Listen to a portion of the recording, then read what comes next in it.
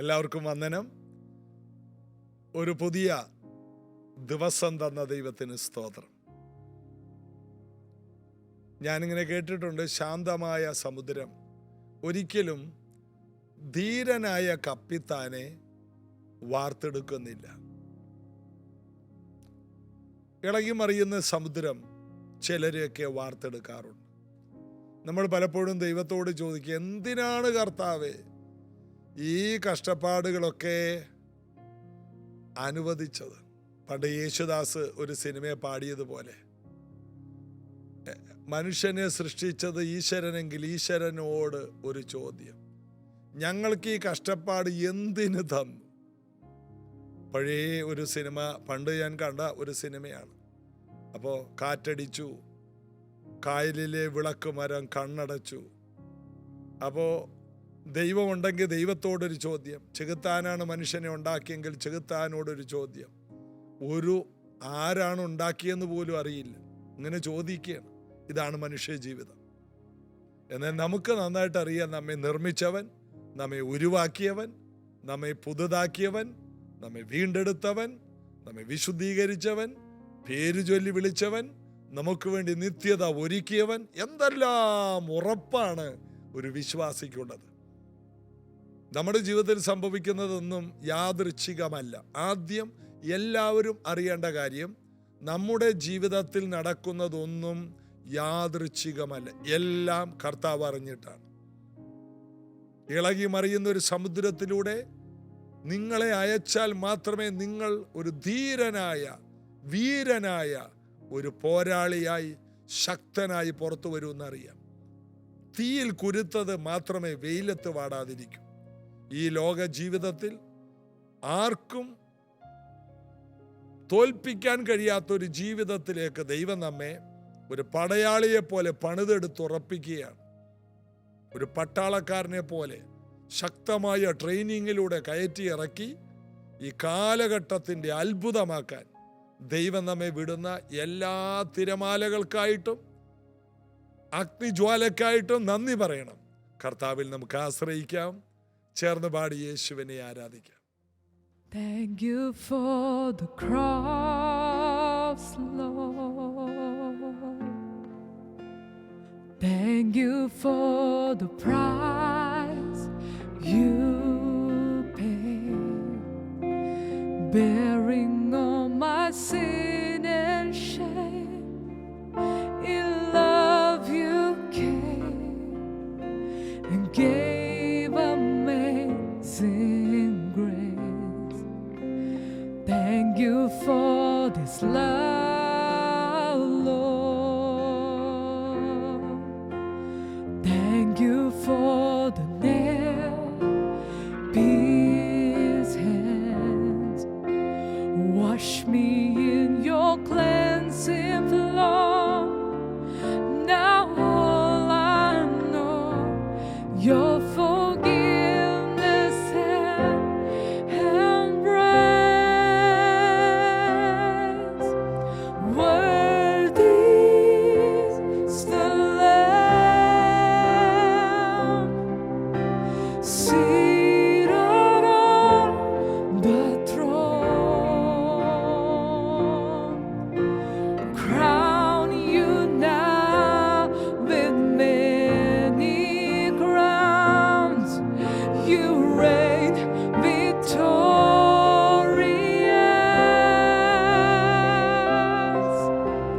High and lifted up,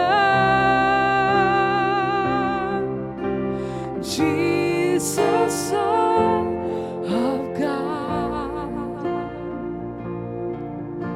the darling of heaven, crucified.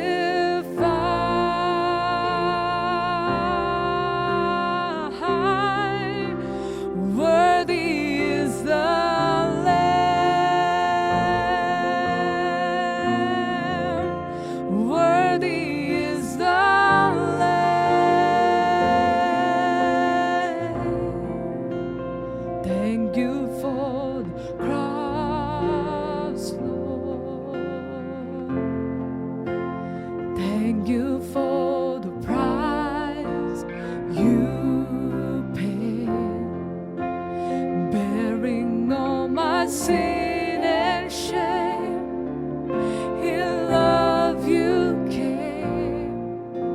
and gave amazing grace.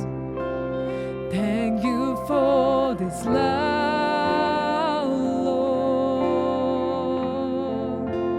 Thank you for the nail-pierced hands. You wash me in your cleansing flow. Now all I know, your forgiveness and embrace. Worthy is the Lamb seated on the throne. Crown you now with many crowns. You reign victorious.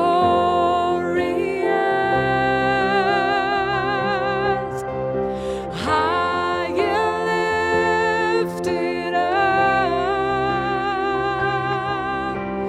Jesus, Son of God, the darling of heaven, crucified.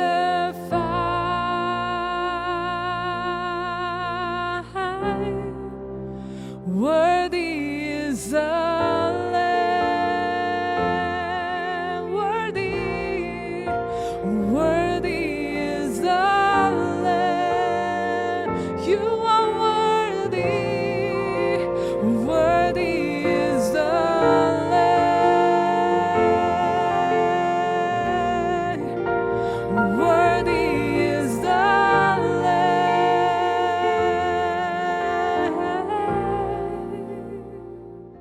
അപ്പോസ്തല പ്രവൃത്തി 6-ാം അധ്യായം 4-ാം വാക്യം.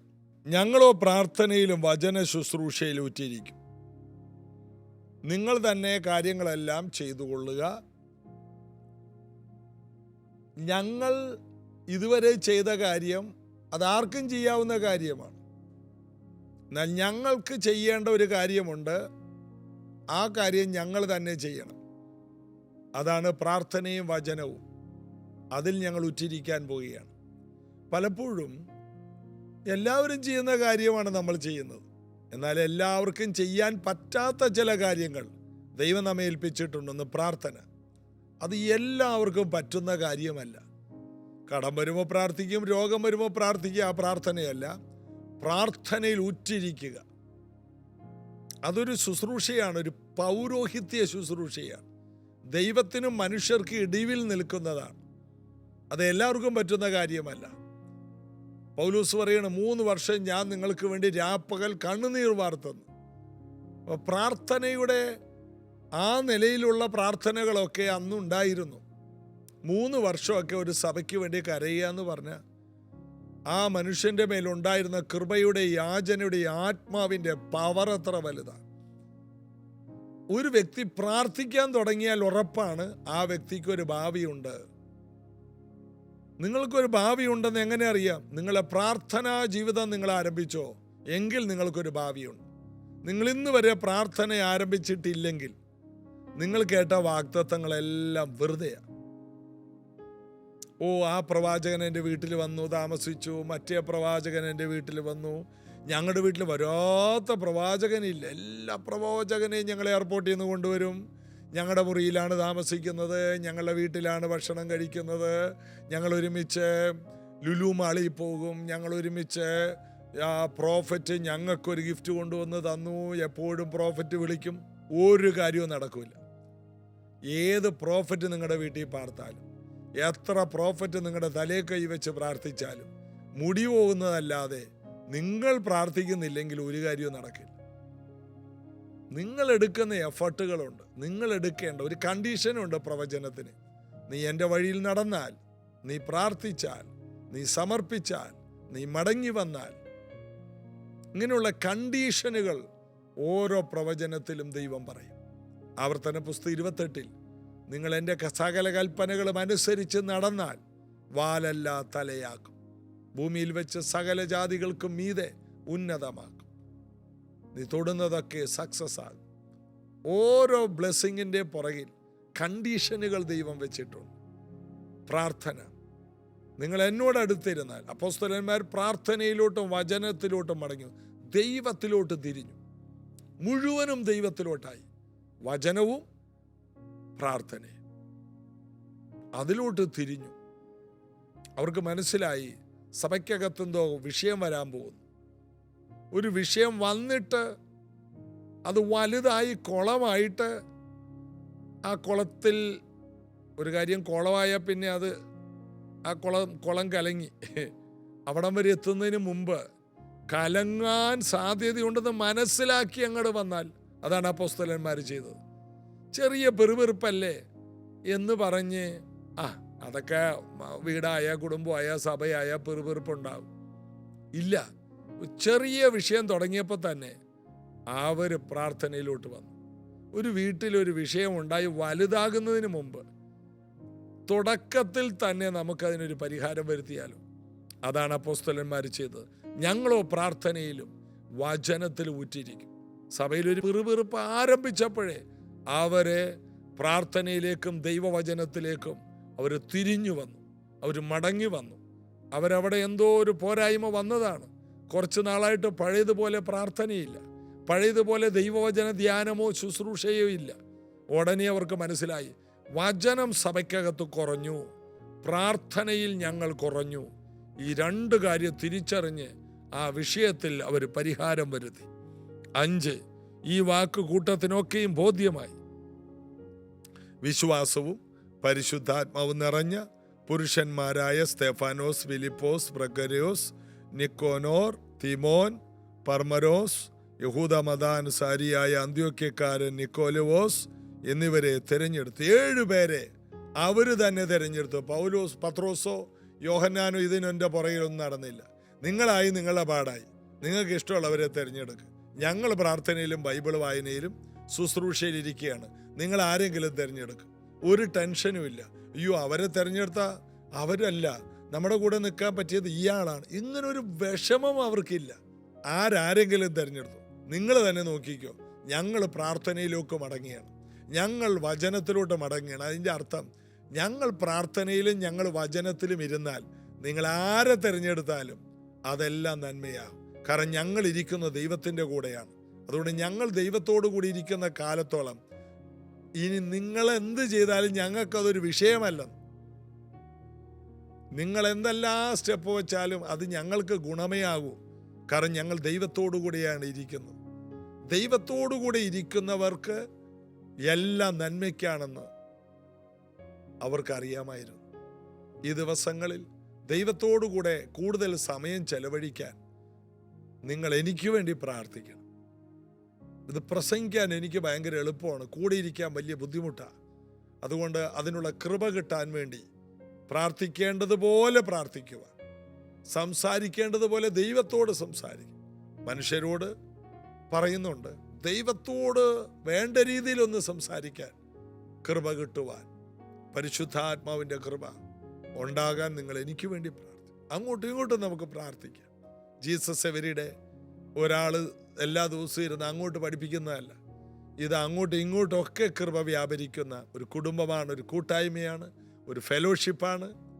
ഇതൊരു പ്രോഗ്രാമല്ല. സഭയെന്ന് പറയുന്നത് ഒരു കുടുംബമാണ്, ഇതൊരു കൂട്ടായ്മയാണ്. ഇത് ഒരാളിരുന്ന് ഉപദേശം തന്ന് എല്ലാവരും നന്നാക്കുന്ന ഒരു മാർഗമല്ല. എനിക്കും ആവശ്യമുണ്ട്, എനിക്കൊരു ഭവനമുണ്ട്, എനിക്കും മക്കളുണ്ട്, എനിക്ക് ആവശ്യമുണ്ട്, എനിക്ക് അത്യാവശ്യങ്ങളുണ്ട്, എനിക്ക് ദുഃഖങ്ങളുണ്ട്, എനിക്ക് വേദനകളുണ്ട്. അങ്ങോട്ടും ഇങ്ങോട്ടും ഒരു കുടുംബമാകുമ്പോൾ നമ്മൾ അങ്ങോട്ടും ഇങ്ങോട്ടും പ്രാർത്ഥിക്കുമ്പോൾ സകല വിഷയത്തിലും ഒരു പരിഹാരമുണ്ടാകും. പ്രത്യേകിച്ച് ജീസസ് എവരിഡേ എന്ന ഈ പ്രാർത്ഥന എൻ്റെ ജീവിതത്തിൽ ഭയങ്കര അനുഗ്രഹമായി. ഒത്തിരി നല്ല ബന്ധങ്ങളുണ്ടായി. എത്രയോ രാജ്യങ്ങളിലിരിക്കുന്ന അനുഗ്രഹിക്കപ്പെട്ട മനുഷ്യരെ കാണാനിടയായി. കഴിഞ്ഞ ചില ദിവസങ്ങൾക്ക് മുമ്പ് US ചെന്നപ്പോൾ ഒത്തിരി പേര് എൻ്റെ അടുത്ത് വന്നു. നിങ്ങളെ പ്രോഗ്രാം എല്ലാ ദിവസവും മുടങ്ങാതെ കേൾക്കും എന്ന് പറയും. ഏതെല്ലാം രാജ്യത്ത് എവിടെ ചെന്നാൽ, വാഷിങ്ടൺ DC ചെന്നപ്പോൾ അവിടെ കണ്ടു, ന്യൂയോർക്കിൽ ചെന്നപ്പോൾ അവിടെ കണ്ടു, മിസോറി ചെന്നപ്പോൾ അവിടെയുണ്ട്, ഹ്യൂസ്റ്റണിൽ ചെന്നപ്പോൾ അവിടെ കണ്ടു. അത്തരം സ്ഥലത്തെ പോകാൻ 2 ആഴ്ച കൊണ്ട് കഴിഞ്ഞുള്ളൂ. ഒത്തിരി പേര്. മാത്രമല്ല ഓസ്ട്രേലിയയിൽ നിന്ന് ഒരു മോള്, നമ്മുടെ പ്രോഗ്രാം സ്ഥിരം കണ്ടിരുന്ന മോൾ, അവൾ കുടുംബമായിട്ട് കർത്താവിൻ്റെ വേലയിലാണ്. അവൾ മറ്റൊരു സ്റ്റേറ്റിൽ നിന്ന് വണ്ടി ഓടിച്ച് വന്ന് എന്നെ കണ്ടു. എന്നിട്ട് പറഞ്ഞു എല്ലാ ദിവസവും ഈ പ്രോഗ്രാം കാണും. എത്രയോ ബന്ധങ്ങളുണ്ടായി. ജീസസ് എവരിഡേ ഈ കൂട്ടായ്മയിലുണ്ട്. അവരെല്ലാം ഞാൻ ഓർക്കുകയാണ്, എന്നേക്കാൾ എത്രയോ നല്ലവരാണ്, എന്നേക്കാൾ എത്രയോ പ്രാർത്ഥിക്കുന്നവരാണ്. ഞാൻ അവരിൽ ഇത് ഏൽപ്പിച്ചതുകൊണ്ട് പറയുകയാണ്. എന്നാൽ ഞാൻ ഈ സംസാരിക്കുന്നതൊക്കെ എന്നേക്കാൾ നല്ലവരും എന്നേക്കാൾ വിശ്വസ്തരും ദൈവത്തോട് കൂടുതൽ അടുത്തവരുമാണ്. ഞാനിത് പറയുന്നത് കൊണ്ട് ഞാൻ നിങ്ങളെക്കാൾ മുന്നിലാണെന്ന് തെറ്റിദ്ധരിക്കരുത്. ഞാനിത് സംസാരിക്കുന്നത് എന്നേക്കാളൊക്കെ ദൈവത്തിൽ വളരെ പ്രിയമുള്ള കൃപയുള്ളവരോടാണ്. അതുകൊണ്ട് എനിക്ക് നല്ല പ്രാഗൽഭ്യമാണ്. നിങ്ങൾ എനിക്ക് വേണ്ടി പ്രാർത്ഥിക്കും, ഞാൻ നിങ്ങൾക്ക് വേണ്ടി പ്രാർത്ഥിക്കും. അങ്ങനെ അങ്ങോട്ടും ഇങ്ങോട്ടുമുള്ള ഒരു വലിയ ബന്ധമാണ്. അതുകൊണ്ട് നമുക്ക് ആർക്കും പരാജയപ്പെടാൻ കഴിയില്ല. അപ്പോസ്തലന്മാർ പ്രാർത്ഥനയിൽ അങ്ങോട്ട് ഇരുന്നു, വചന ശുശ്രൂഷയിൽ ഇരുന്നു. ഈ 2 കാര്യം നിങ്ങളുടെ വീട്ടിൽ പ്രാക്ടീസ് ചെയ്യണം, പ്രാർത്ഥനയും വചനവും. അങ്ങനെ കുറച്ചു പേരെ തെരഞ്ഞെടുത്തു. 6-ാമത്തെ വാക്യം, അപ്പോസ്തലന്മാരുടെ മുമ്പാകെ 7 പേരെ നിർത്തി. അവർ പ്രാർത്ഥിച്ചു, അവരുടെ മേൽ കൈവച്ചു. കൈവച്ചു പ്രാർത്ഥിച്ചു എന്നല്ല, കൈവച്ചു പ്രാർത്ഥിച്ചു എന്നുള്ളത് ഇന്ന് സഭകളിൽ നടക്കുന്ന കാര്യമാണ്. എന്നാൽ അവർ പ്രാർത്ഥിച്ച് ദൈവത്തിൽ നിന്ന് ചാർജായിട്ട് പിന്നെ വെറുതെ കൈവച്ചാൽ മതി. ഒരു പകർച്ചയാണ്. കൈവച്ച് പ്രാർത്ഥിക്കുക എന്ന് പറയുന്നത് എല്ലാവർക്കും ചെയ്യാൻ പറ്റുന്ന കാര്യമാണ്.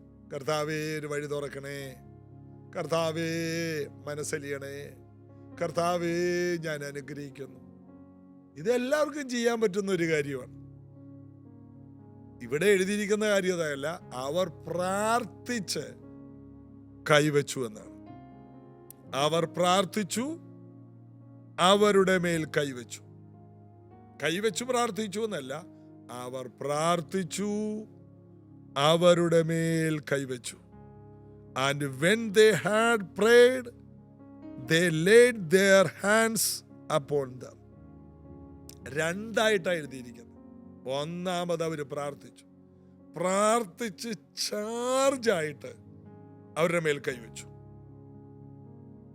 അവരങ്ങോട്ട് ചാർജായി. മറ്റുള്ളവരുടെ മേൽ കൈവെക്കുന്നതിന് മുമ്പ് നമ്മളൊന്ന് ചാർജാകണം. എങ്ങനെ? പ്രാർത്ഥനയിലും വചനത്തിലും ഇരിക്കുന്നവർക്ക് ചാർജാകാൻ കഴിയും. ബൈബിളുമായിട്ട് ഇരുന്നാൽ മതി, ചാർജാകും. പ്രാർത്ഥനയിൽ ഇരുന്നാൽ മതി. അന്യഭാഷ കിട്ടിയവർ അതിൽ പ്രാർത്ഥിച്ചാൽ മതി. അങ്ങനെ ഇരിക്കുമ്പോൾ നമ്മൾ ചാർജാവും. അങ്ങനെ പ്രാർത്ഥിക്കുന്നവർ കൈവച്ചാൽ റിസൾട്ടുകൾ ഉണ്ടാകും.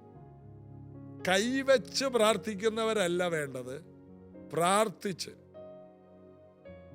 രോഗികൾക്ക് വേണ്ടി പ്രാർത്ഥിക്കാൻ ബൈബിളിൽ വാക്യമേ ഇല്ല. രോഗത്തോട് കൽപ്പിക്കാൻ ബൈബിളിൽ വാക്യങ്ങളുണ്ട്.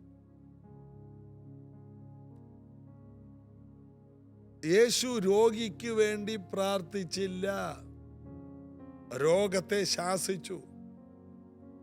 യേശുവിനെ തൊട്ടപ്പോൾ സൗഖ്യമായി, യേശുവിൻ്റെ വസ്ത്രം തൊട്ടപ്പോൾ സൗഖ്യമായി. യേശു രോഗാത്മാവിനോട് കൽപ്പിച്ചു, ഊമനും ചെകിടനുമായി ആത്മാവെ വിട്ടുപോ. അപ്പോൾ കൈവച്ചു പ്രാർത്ഥന എന്നുള്ള ഇന്നുള്ള സിസ്റ്റം തന്നെ യേശു ചെയ്തതല്ല. ഇത് ചാർജ് ഇല്ലാതെ വരുമ്പോൾ ഇതൊരു ഒരു പ്രോഗ്രാമായിട്ട് ചെയ്യുന്നതാണ്.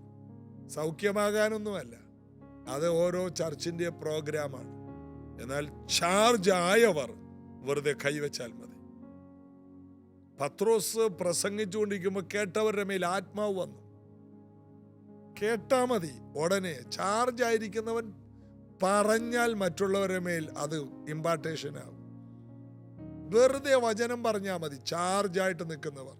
പത്രോസ് സംസാരിച്ചു കൊണ്ടിരിക്കുമ്പോൾ ആദിയിൽ എന്ന പോലെ ആത്മാവ് കൊർന്നല്യോസിന്റെ വീട്ടിൽ എല്ലാവരെയും നിറച്ചു.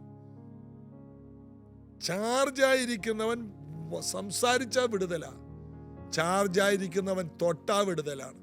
ചാർജായിരിക്കുന്നവന്റെ തൂവാല കൊണ്ടുപോയി ഇട്ടു, പൗലോസിന്റെ തൂവാല. ഭൂതങ്ങൾ വിട്ടുപോയി, മുടന്തന്മാർ ചാടി എഴുന്നേറ്റു. ചാർജായിരിക്കുന്നവന്റെ അടുക്കൽ വരുന്നവർ വിടുതൽ പ്രാപിക്കും. കടമുള്ളവർ, ഞെരുക്കമുള്ളവർ, സന്തുഷ്ടിയില്ലാത്തവർ ദാവീദിന്റെ അടുക്കൽ വന്നു. വന്നവരെല്ലാം യുദ്ധവീരന്മാരായി മാറി. പിന്നീട് വായിക്കുന്ന ദാവീദിനുണ്ടായ വീരന്മാർ ഇതെല്ലാം ഈ കടവും ഞെരുക്കവും സന്തുഷ്ടിയില്ലാത്തവരുമായിരുന്നു. എന്നാൽ ചാർജുള്ളവന്റെ അടുത്ത് വന്നപ്പോൾ, അഭിഷേകമുള്ളവന്റെ അടുത്ത് വന്നപ്പോൾ അവരെല്ലാം അഭിഷിക്തരായി. നിങ്ങളുടെ അടുക്കൽ വരുന്നവരെല്ലാം ചാർജ് ആകണം. നിങ്ങളുടെ അടുക്കൽ വരുന്നവരെല്ലാം തീഷ്ണതയുള്ളവരാണ്. നിങ്ങളുടെ അടുക്കൽ വരുന്നവരെല്ലാം കൃപയുള്ളവരാണ്. പ്രാർത്ഥിച്ച് ചാർജായിട്ട് മറ്റുള്ളവരുടെ മേൽ കൈവെക്കാം. ഈ കൃപ നിങ്ങളുടെ മേൽ വരട്ടെ. ഈ വെളിപ്പാടുകളോടെ മുന്നോട്ട് പോവുക. പ്രാർത്ഥിക്കാം യേശുവിൻ നാമത്തിൽ. ഈ മക്കൾ പോകുന്നിടത്തെല്ലാം ചാർജുള്ളവരായി പോകട്ടെ. ഇവർ തൊടുന്നതിലെല്ലാം ദൈവശക്തി വ്യാപരിക്കണം. പ്രാർത്ഥിച്ച ശേഷം കൈവെക്കുന്നതെല്ലാം ഒരു ബ്ലെസ്സിംഗ് ആയി മാറുമല്ലോ, ഒരു വിടുതലായി മാറുമല്ലോ. ഇവർ പ്രാർത്ഥിച്ച ശേഷം എല്ലാ കാര്യങ്ങളിലും വലിയ മാറ്റങ്ങൾ കടന്നു വരാൻ പോകുന്നതിനായി സ്തോത്രം. ഇവരുടെ ബിസിനസ്, ഇവരുടെ ജോലി, ഇവരുടെ കുടുംബജീവിതം, ഇവരുടെ യാത്ര, ഇവരുടെ ശുശ്രൂഷ, ഇവരുടെ ആരോഗ്യം, എല്ലാറ്റിൻ്റെ മേലും ഭയങ്കരമായ മാറ്റങ്ങൾ ഉണ്ടാകട്ടെ. കർത്താവിൽ പ്രസിദ്ധരായി ഇവർ മാറട്ടെ. ലോകരാജ്യങ്ങൾക്ക് ഇവർ അനുഗ്രഹമാണ്. അനുഗ്രഹിക്കും യേശുവിൻ നാമത്തിൽ. ആമേൻ. കർത്താവിൽ ബലപ്പെടാൻ ഇനിയും സഹായിക്കട്ടെ. നാളെ നമുക്ക് അനുഗ്രഹിക്കപ്പെട്ടൊരു ഉപവാസ പ്രാർത്ഥന ചർച്ചിൽ വെച്ച് രാവിലെ 10:30 പ്രൈസ് ജനറേഷൻ ചർച്ചിൽ വെച്ചുകൊണ്ട്. ദൂരെ അല്ലാത്തവർ, സമീപ സ്ഥലങ്ങളിലുള്ളവർ വരിക, ദൂരെയുള്ളവർക്കും വരാം. കർത്താവ് അനുഗ്രഹിക്കട്ടെ. നാളെ ഇതേ സമയത്ത് ജീസസ് എവരിഡേയിലൂടെ വീണ്ടും നമുക്ക് ഒരുമിച്ച് കാണാം. God bless you.